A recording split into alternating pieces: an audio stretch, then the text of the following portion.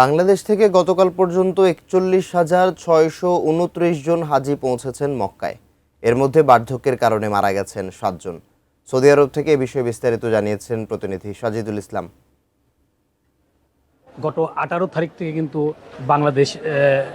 বাংলাদেশে হাজিরা বিমান, সৌদি এবং ফ্লাইনাস সহ বিভিন্ন এয়ারলাইন্সের মাধ্যমে মক্কা এবং মদিনায় পৌঁছেছে। বাংলাদেশের পাশাপাশি ইন্ডিয়া, পাকিস্তান, ইন্দোনেশিয়া সহ অন্যান্য দেশের হাজিরা কিন্তু আসতেছে মক্কা এবং মদিনাইতে।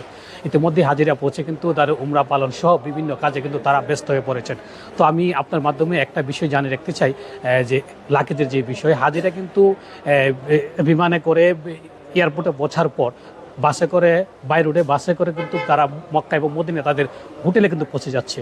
এবং হাজিরা কিন্তু পৌঁছানোর আগে কিন্তু রোড টু মক্কা যে ইয়েছে ওইটার মাধ্যমে কিন্তু যে বাংলাদেশের লাগেজগুলো কিন্তু হাজিরা পৌঁছার আগে কিন্তু তাদের যার হোটেলে কিন্তু লাগেজগুলো পৌঁছে গেছে, যেটা বিগত বছরে কিন্তু এরকম যদিও নিয়ম থাকতো, কিন্তু হাজিরা কিন্তু সময়মতো লাগেজ পাইতো না।